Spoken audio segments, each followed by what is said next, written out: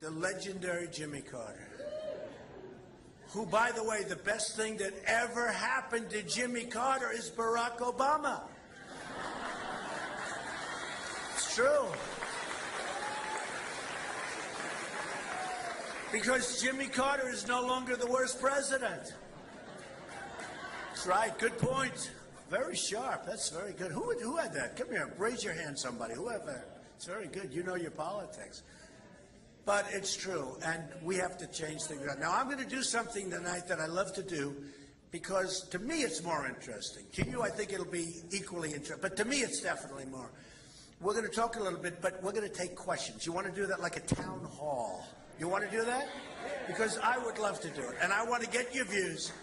We've had a tremendous response. We set all sorts of records on the different social medias. There's so many of them nowadays. You know, they have this one, that one. 2 weeks later, they have another one. But we set so many on Google today. You probably saw the kind of numbers that came out there through the roof, far more than any other Republican candidate, because people want hope. And you're never going to do it. You're never going to do it. I watch, and I go, and we make speeches together, and I watch the sun will rise, the moon will fall, the this, the that, the seas, the ocean. They want jobs. They want jobs. They don't want to be ripped off by China and Mexico and, by the way, Japan, which is back in a big way. Japan right now has a very strong leader. Japan has just and big league, cut the yen. They're cutting it. They're devaluing their currency again. And I tell this story. A friend of mine just ordered Komatsu tractors instead of Caterpillar tractors. He always ordered big excavator, always ordered Caterpillar. But now he's doing Komatsu. He said, Donald, I owe it to my family, to my wife, to my employees, to my company.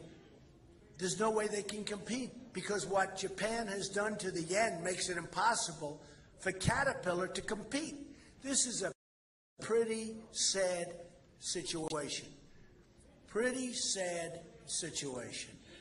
So I think you're right. I agree. I'll tell you one thing. I'll tell you one thing. There won't be any, and I mean it, there won't be any $5 billion Obamacare websites with Trump. In fact, there won't be if you want to really know the truth, there won't be any Obamacare with Trump. Because it will be repealed and replaced with something far better, far better. Friends of mine who are doctors, they say they need more accountants than they have nurses. And a lot of doctors are leaving the profession. Any doctors in the room? A lot of doctors are leaving the profession. They can't do it. It's no good. It's not working. You saw last week a report came up, 23% up, 27% up, 39% up, 54% up. And that's despite the fact that the deductibles are through the roof. I always say you have to get hit with a Komatsu tractor in order to use your deductible. It's true.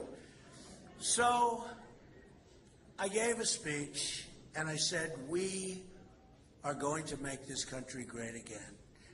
I said the American, and it's a tough one, and I say it sadly, the American dream is dead, but we will bring it back bigger and stronger and more powerfully than ever before.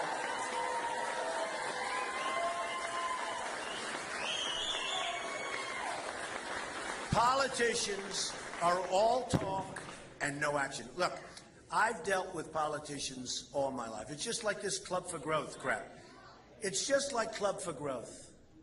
You know, I've dealt with these guys all my life. I deal with these people. All talk, no action. Now, Club for Growth does action. They sent me a bill for $1 million. But politicians are all talk and no action. And I'll tell you what, our country is dying because of it. They're dying. We have people that are really good at keeping their jobs. We have people that are really good at fundraising. We have people that are really good at everything but making our country great again.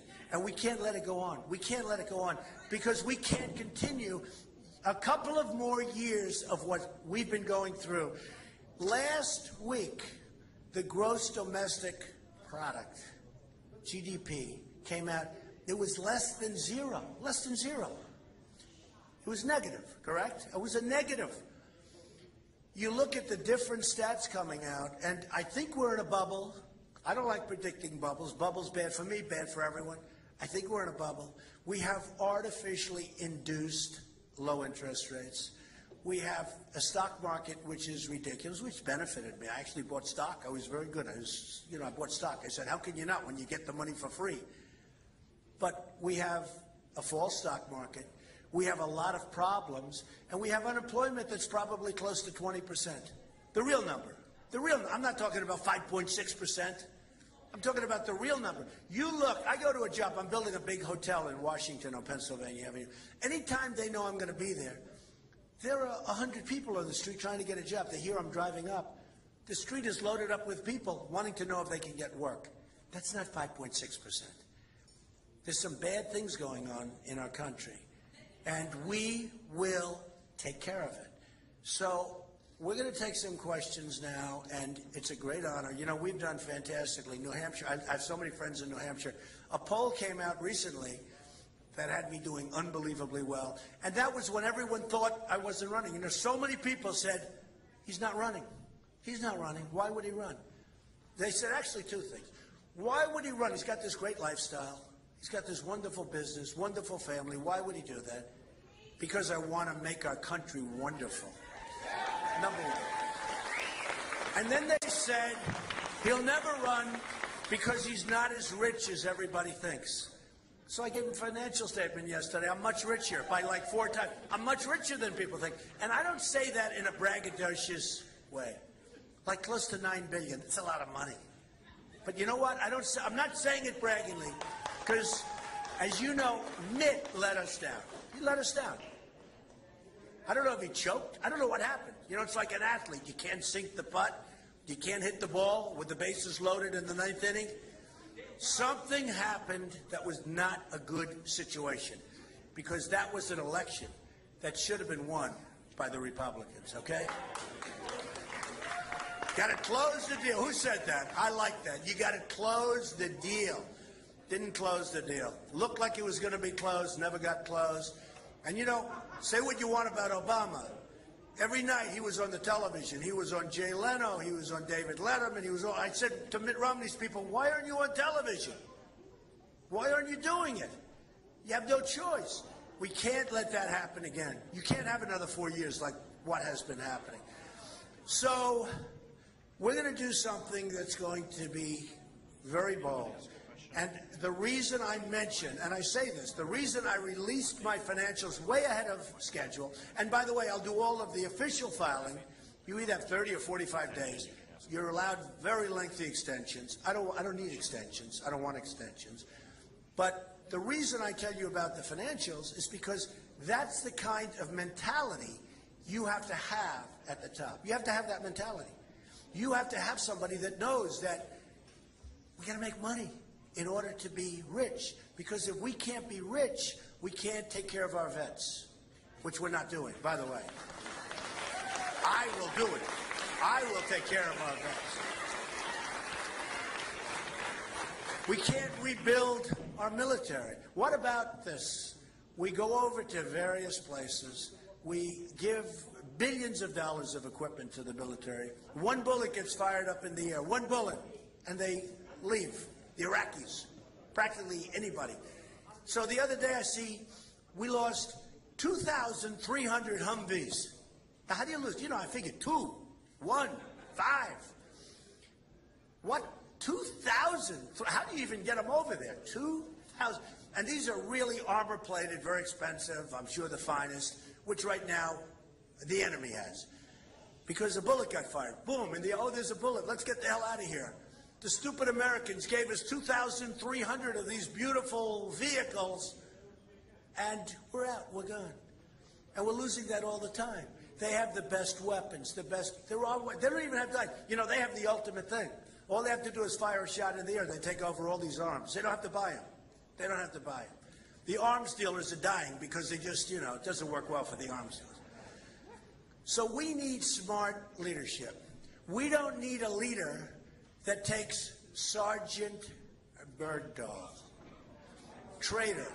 Sergeant Bergdahl. 6 people killed trying to find him. He's a traitor. He's a no-good traitor. You know, in the old days, when our country was strong and respected, you killed the traitors. And quickly. And I don't mean killed the traitors with a 9-year trial and then an appeal that takes another 5 years. I mean, it worked out very rapidly. And now we have a situation where, think of this is the way we deal. We get traitor Sergeant Bergdahl. They get 5 killer leaders that they desperately wanted, who are now back on the battlefields trying to kill everybody, including us. You tell me. This is Obama. I call him the 5-for-1 president. You look at the negotiation going on now with Iran. It's disgusting. First of all, it should take a day. You know, we're not sending rockets to the moon. Our chief negotiator, who's 72 or 73, is in a bicycle race, and he breaks his leg. No, Secretary Kerry, I promise you one thing. I will not be in a bicycle race. I will be on the phone doubling up and tripling up sanctions so that we are in a position to make a great deal. You know, that's an amazing negotiation to me, because it should go quickly, but that to me is an amazing negotiation. The chief negotiator, the Persians are very good negotiators, and they go back to Iran and they celebrate the man in the street, their chief negotiator. Obama gets up and makes a speech and says what a great deal we're making. It turned out to be wrong. Just like Obamacare was the big lie. So many things in Obamacare, the lie. They call it the big lie. Well, Obama said all sorts of things about the deal. It turned out not to be true. In Iran, you saw what happened. They disputed what he said. They turned out to be right.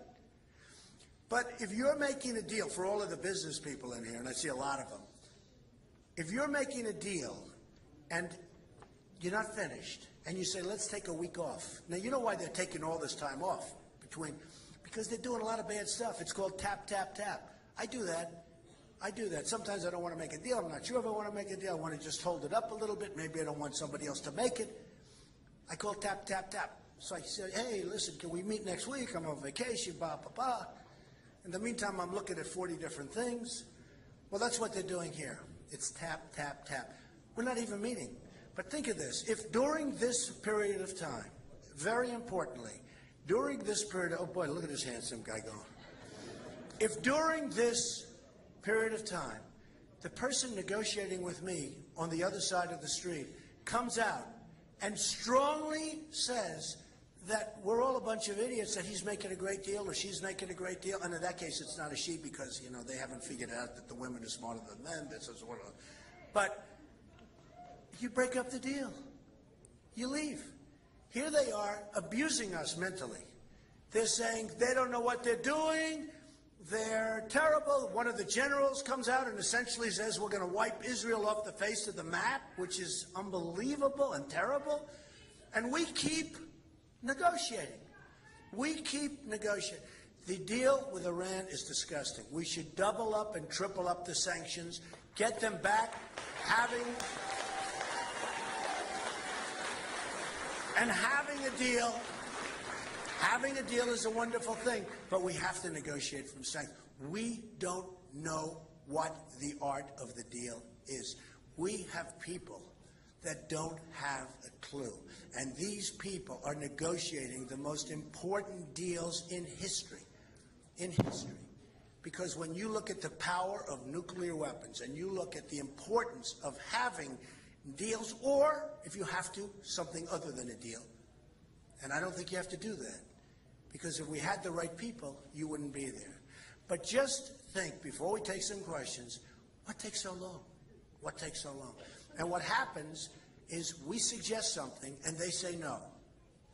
And then we suggest something else and they say no. They just keep saying no. And we keep going down, down, down, down. And now that deal doesn't mean a damn thing. So you have to strengthen up our resolve. You have to get some real negotiators, not Secretary Kerry, who doesn't, honestly, he doesn't know what he's doing. You ready, Secretary Kerry? You're fired.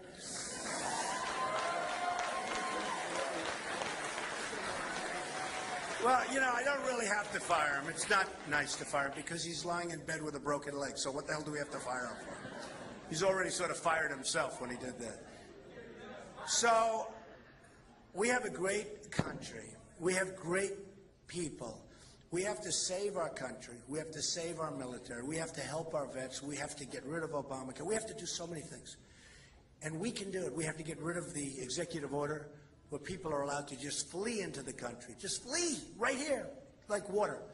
And by the way, Mexicans, I love Mexicans. They're great. I have so many friends, Mexicans. But the people that are coming into our country are in many cases brutal. You got the drug guys, you got rapists, you've got killers, you've got a lot of really bad. And if you think about it, doesn't it make sense? Are they going to send their best and their finest? I don't think so. And then they come in, and you look at what's happening along the border. I met with a border guard, 2 border guards, at a wedding. It was a wedding at one of my clubs. And frankly, I saw the bride. She was beautiful, but I was less interested. I wanted to talk to these 2 guys. They said, oh, yeah, what do you do? We're border guards. Can you believe it? I said, perfect, let's talk. So I said, hello, bride, my club. You know, they don't actually pay me anymore if I show up, but I just happen to be there. And I talked to them, and they said, Mr. Trump, these were 2 great guys, strong, powerful guys, good guys. They said, Mr. Trump, you wouldn't believe what we're allowing to come into this country. What we're allowing to come into this country is the ruination of what we all stand for. And these are wonderful, great Americans. And they want to see it, but they're powerless. They're powerless. And they're walking right through the southern border. And I can tell you, and I've said it, I will build a wall that will be so good and so bad. And you have to do it. You know, and I've said this a lot, but without borders, you don't have a country, essentially. You really don't have a country. So let's go with some questions and make them wild and crazy and whatever the hell you want. Do we have a mic around here, Keith? Is there a mic? Oh, this man has a mic. Okay, give it to this guy right over here in the beautiful blue shirt. I don't have teleprompters. I like it. You know, it's interesting. I actually made the speech. It was close to an hour, and I didn't have teleprompter, and I had very few notes or anything. And they were sort of amazed. And I said, no, if you're running for president, you shouldn't be allowed to use a teleprompter because, honestly, it's too easy. They write up your speech, you amend it a little bit, you stand up and you read for an hour. You know, what do you learn? You want to test somebody under pressure. It's a lot of pressure. If you're not using teleprompter, it's much harder. To be honest, you have to be much smarter. You really do. Okay. Okay, man in blue, let's go.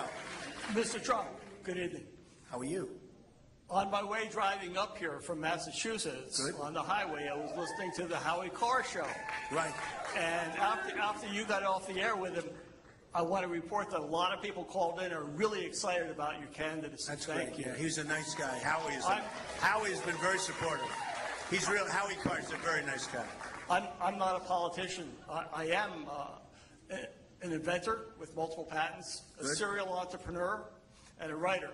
Good. And a quick comment about immigration, because I know how important that is. From that position, I've developed an economic model that eliminates the magnet from them coming here. If they don't want to come here, it's easier to keep them out. It's a 2-pronged attack. One is economic, and one is defense. By the way, is this the longest question you've ever? That being he's a nice said, guy. He drove from Massachusetts. Let him go on. That being said, how much longer will you question me? No, go ahead. Ken, don't tell me you're going to present me with a proposal. I've written something, and I'd like to give this. He's to you. giving me a proposal. That? Okay, give me the proposal. Give me the proposal. I'm going to take your proposal. Thank you.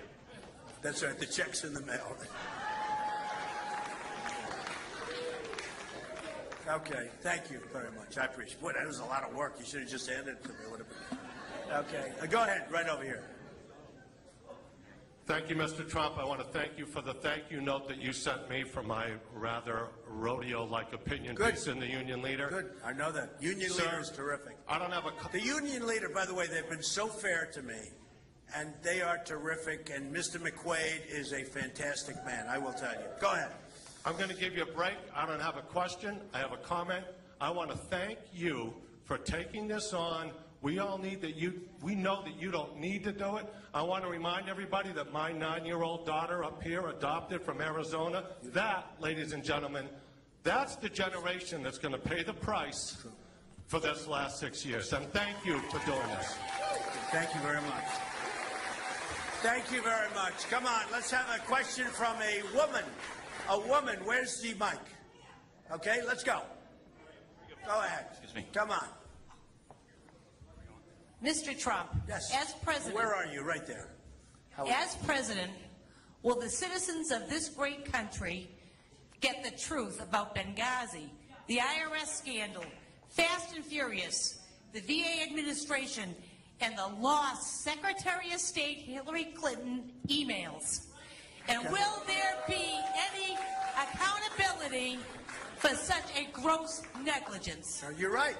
So let me just tell you. So I'm a Republican. I'm a conservative. I even have to be, you know, I'm Protestant. Can you believe? Nobody thinks so. I'm a Presbyterian. Can you believe? So I'm a conservative Republican Presbyterian. That's nice. But you know what?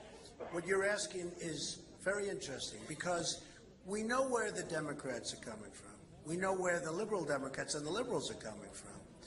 But what you're asking is something that I really get angry about.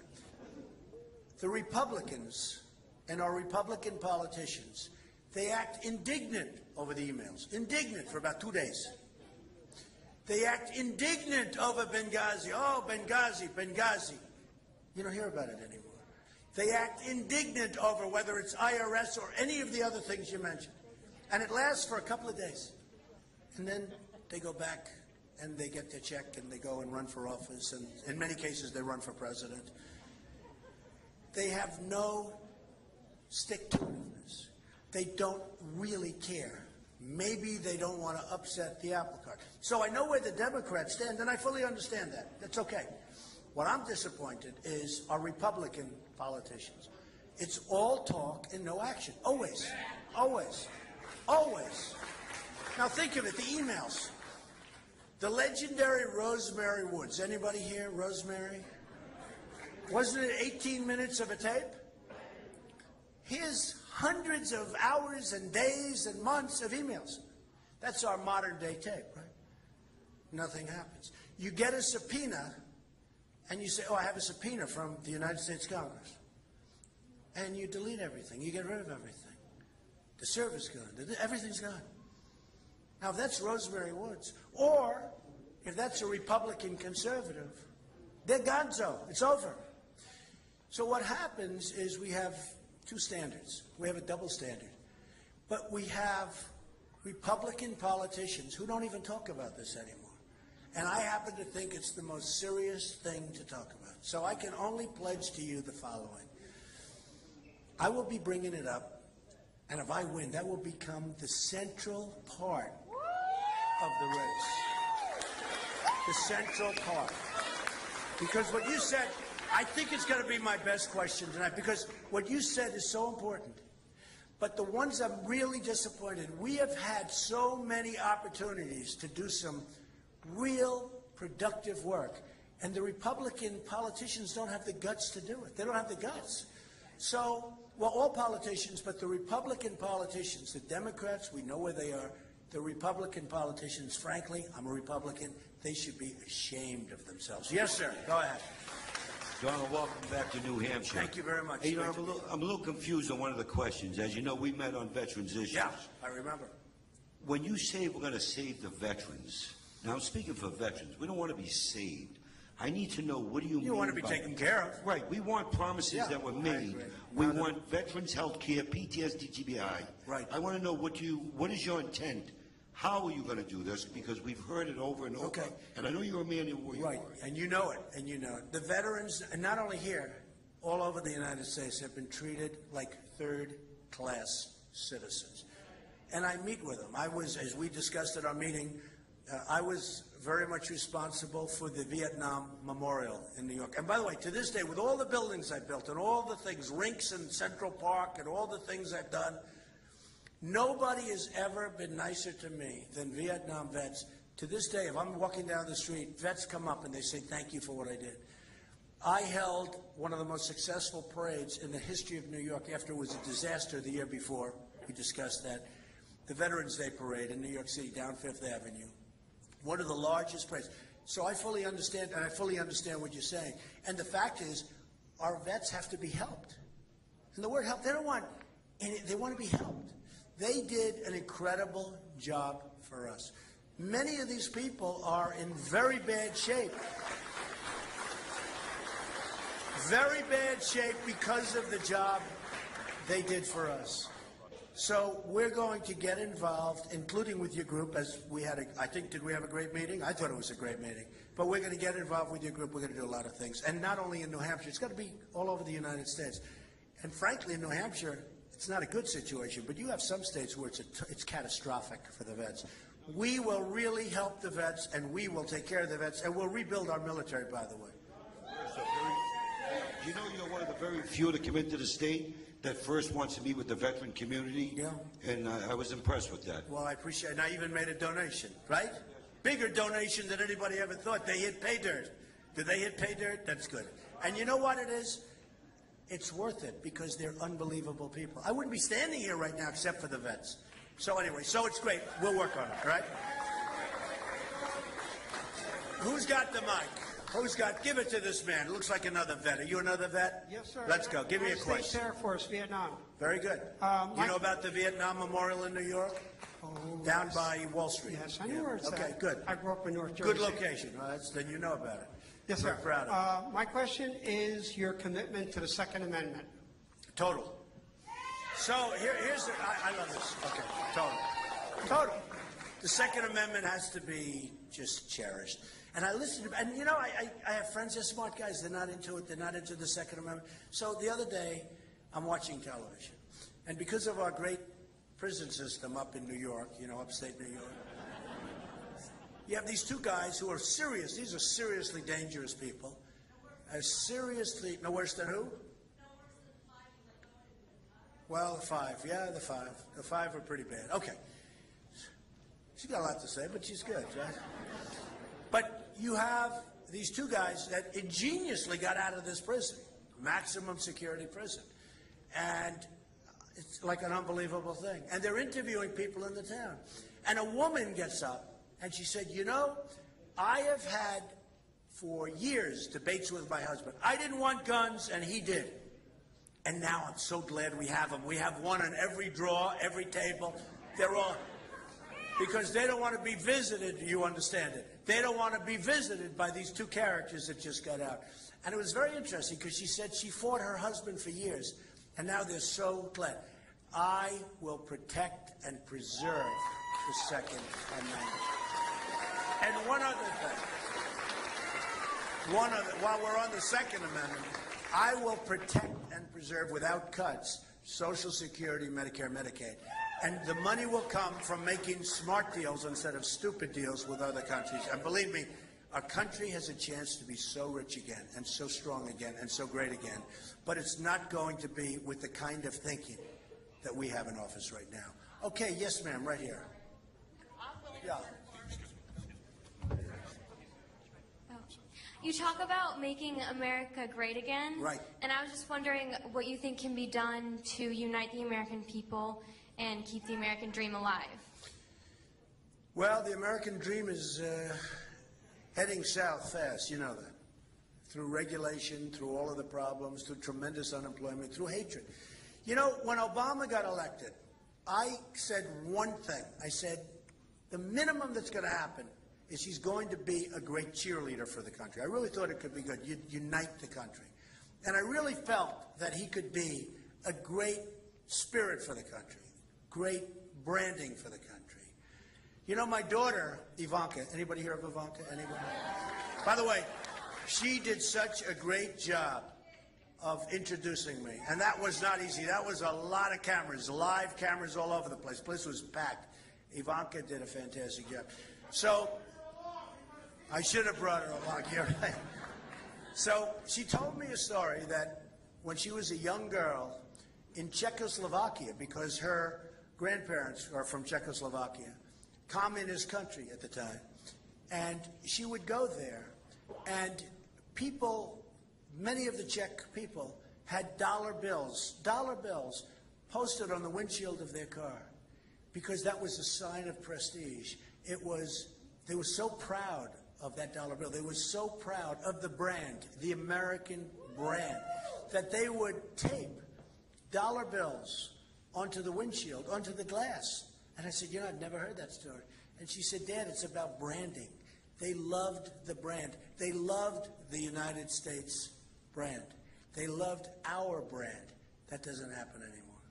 And I really thought that President Obama, at a minimum, would be, and by the way, different party, different everything. I would love him to be a great president. It's not going to happen. But I would love, if he were a great president, I'd stand before you and say, you know what, we have a great president. And most of the people in this room, other than the stupid people, would say that's great for the country. I don't care about party, I would love for him to be a great, if he were a great president, I would say he was a great president. But we can't say that. But think of that story with the dollar bill. I thought it was so poignant and so amazing when Ivanka told it to me. And now you go and there's nothing. In fact, now we're laughed at, we're mocked, we're scorned, we're not respected. That's one of the reasons ISIS, you guys, the military guys, they have no respect for us. Do you ever see a thing where we have a war and we tell them everything we're going to do? We're going in 2 weeks, we're going to be doing this, we're going to be doing that, with this, that, blah, blah, blah. And I'm saying, can you imagine General MacArthur and General George Patton? They're spinning in their graves listening to this.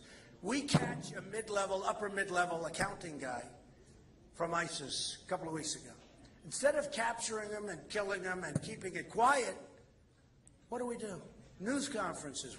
Well, now all the other thousands of them are all scattered in the oil. Okay? Why the hell can't we shut up? Just shut up. So we have so far to go. It's so sad. I mean, it's just so sad. Yes, ma'am. Back there. Yes. Welcome back to New Hampshire, Mr. Trump. Thank you. I've actually done your makeup before. I'm a makeup artist politically. Good. Oh, good. So when did you do my makeup? When? We'll connect, but I'm talking tonight to you. Wait, before you stop. Yeah. Is it my real hair? It's looking great, though. No, it is my hair. Yeah. Yeah, it's all good. Good. Yeah, that's right. When I did a big show up here and she put a little makeup on, I said, yeah, it's my hair. It is my hair. That's good. I made you up in the convention in New York City, too. But anyways, we go back. Thank you. But I'm here to talk to you about something that I've been already talking to other campaigns about. Okay, I've talked to Hillary Clinton's advisory board. I've been traveling around a little bit with Governor Christie. A year ago, my stepdaughter died of a heroin overdose.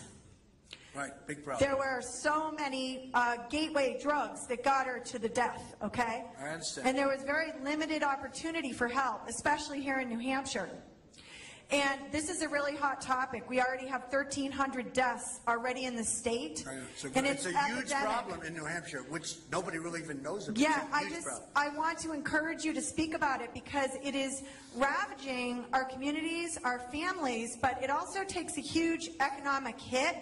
And what I'd like to just put out there is something, I've been doing a lot of advocating for this issue. I'd like to see us get treatment mandatory in prisons so that if somebody's arrested on a drug charge, they're in there, they're not wasting time. Maybe we can instill a shift in consciousness in these addicts so when they come out, you know, we're not dealing with them going right back to the same playground and playmates because the crime is on the increase because of this problem too. And I just want to know what you think about it. And I thank you for being here. A lot about it. And I'll tell you what, you're right. It's interesting. I've been in New Hampshire for a long time. I've had a lot of friends here, and I come here a lot. And they talk about the drug problem. You know, you don't think in terms of New Hampshire and drugs and a drug problem, but New Hampshire has a tremendous problem with it. No, it's something we'll start thinking about very heavily. Okay? Thank you very much, ma'am. Yes, how about, go ahead. Go ahead. It is an honor for me to be here. It's my honor. Mr. Trump. Thank you. I am a Colombian immigrant.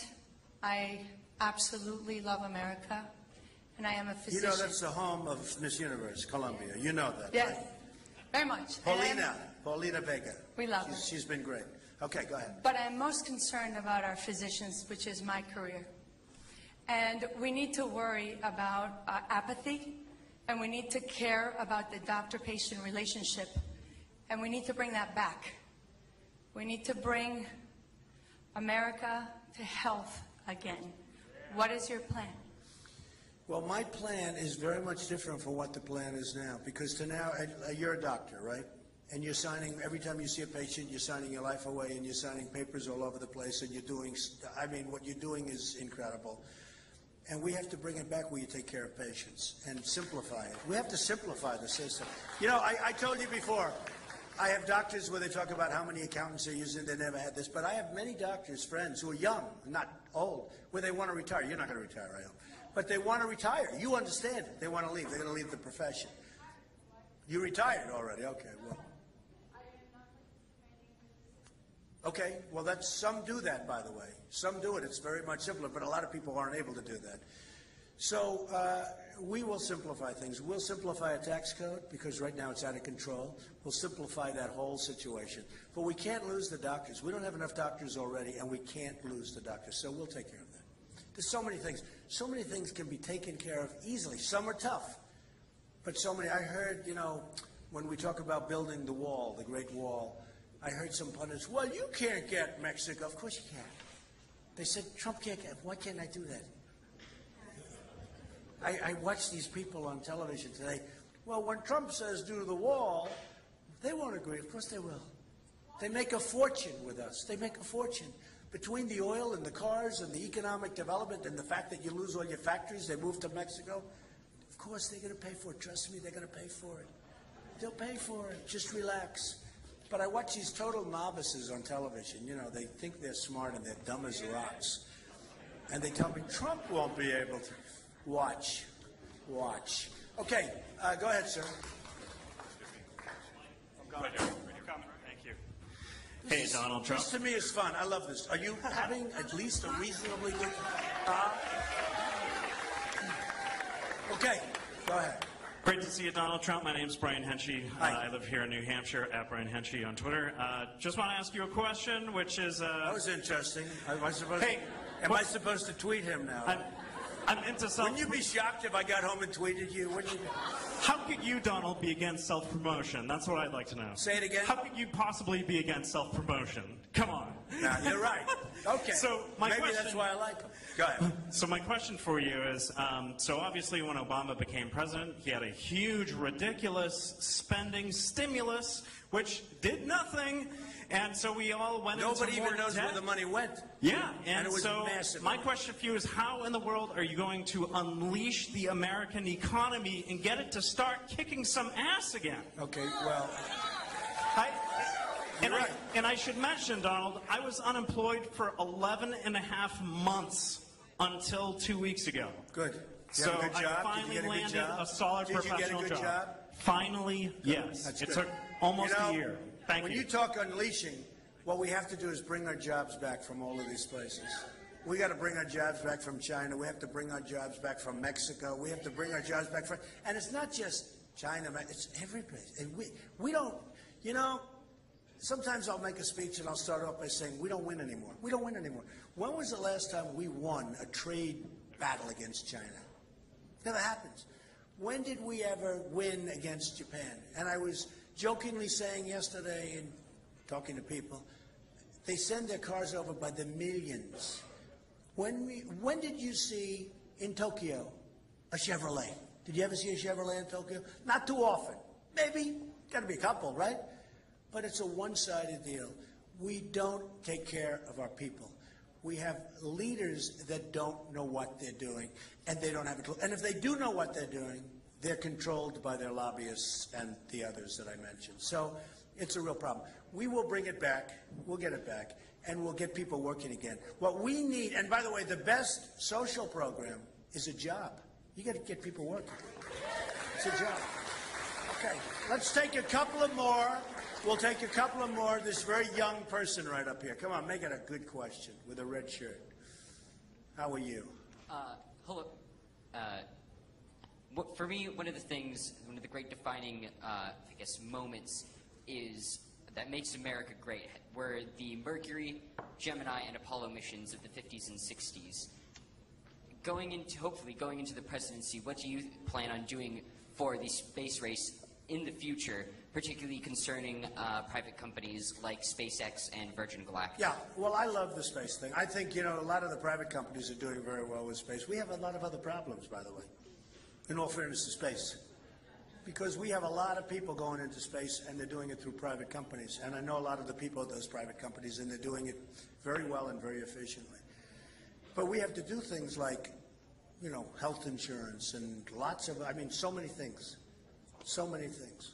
So I am for it. I am for helping. But I like keeping that somewhat in the private sector. Does that make sense to you? Okay. Yes, sir. Go ahead.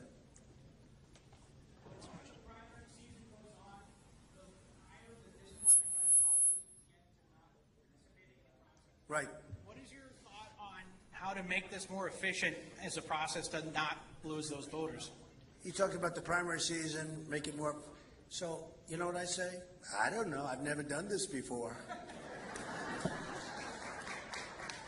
Look, I've always heard, and I've heard this from many years, and you probably have heard, that a very, very successful person can never run for political office. It might be true. It might be true.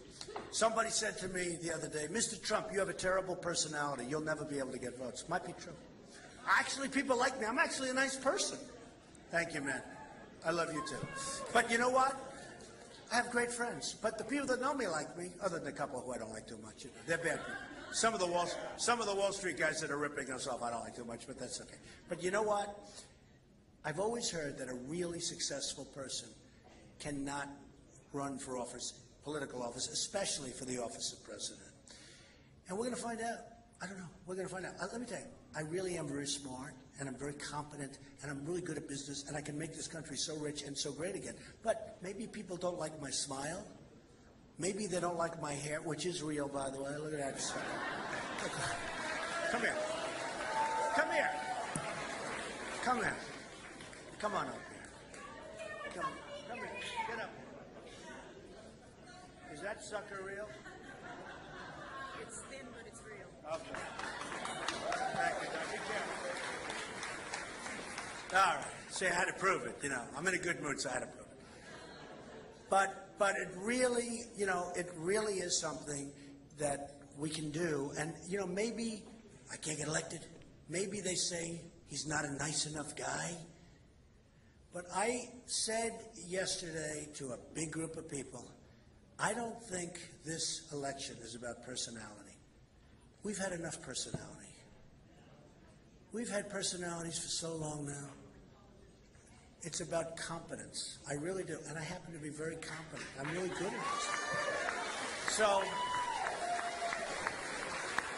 not that I say I have a bet, but I'm just telling you, it's going to be an election. People are sick and tired of being ripped off by everybody. And I really think that this is going to be an election about competence. Okay, let's take two more questions, okay? Yes, go ahead, right there. Mr. Trump. Young people. Yep. Wonderful. The future. The highly taxed future, if you keep it going. Oh, boy, do I worry about your taxes. You're going to pay a lot of money. We're already, the #1 tax nation in the world, so, Go ahead. You say the Affordable Care Act is probably one of the worst things President Obama has ever done. You're probably not wrong, but I just want to know, you say you're going to find something better. I just want to know what that is. Better than what? Who? The Affordable Care Act. Oh, there's a lot of plans that are better. And there are plans that you have to get through Congress. There are plans that you have to get through Congress, and you're going to have to get them through. And if you don't get them through, we're going to have a problem. Because Obamacare is going up, up, up. You're not getting your doctors. You're not getting your plan. I know a lot of people that had plans that they loved, and they've lost them.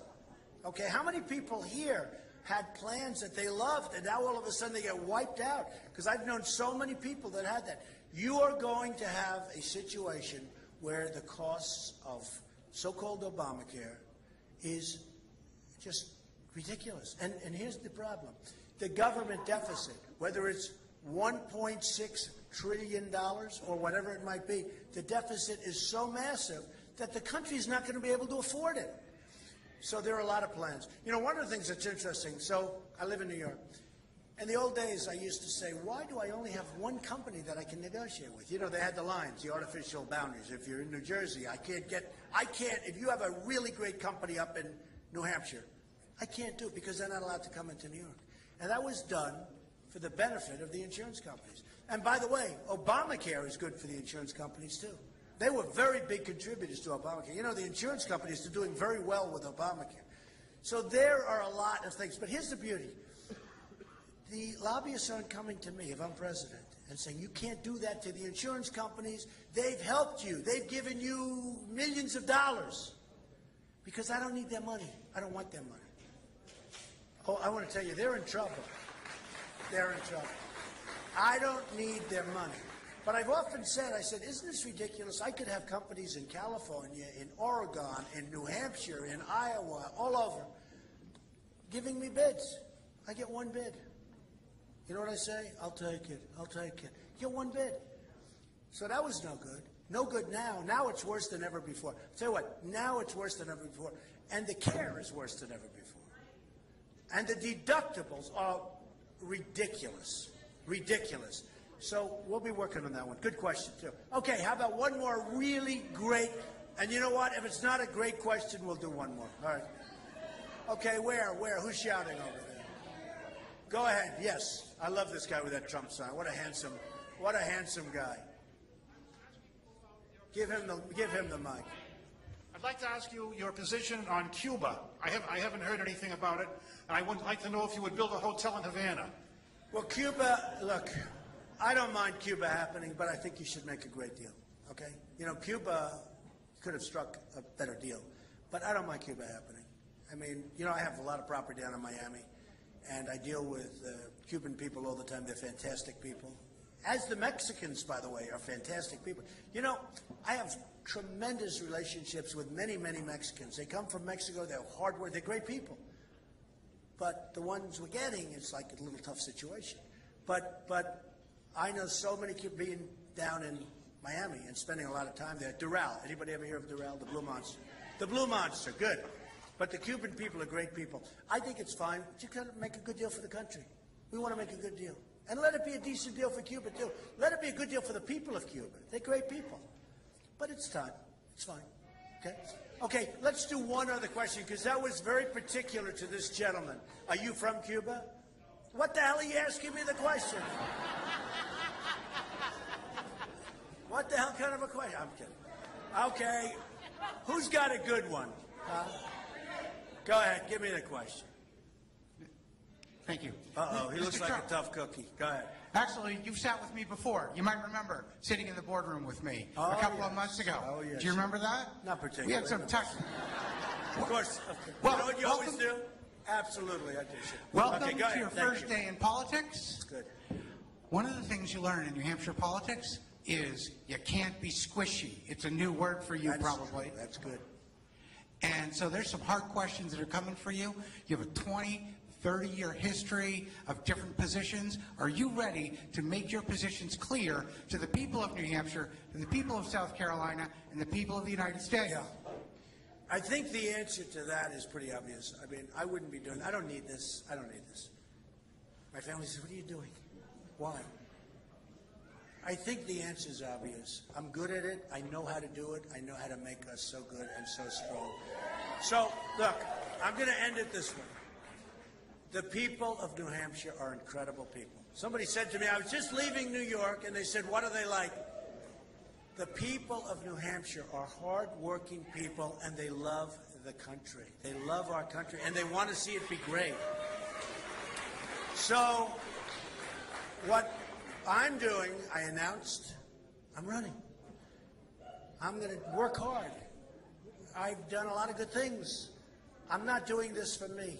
I'm doing this to make America great again. And we're going to do it. I want to thank you. It was such a great crowd. I want to thank you all for being here. I will be back many times. I love this area. We'll be back many times. And thank you all very much. This was so much fun. Thank you. Thank you. Thank you very much. Thank you.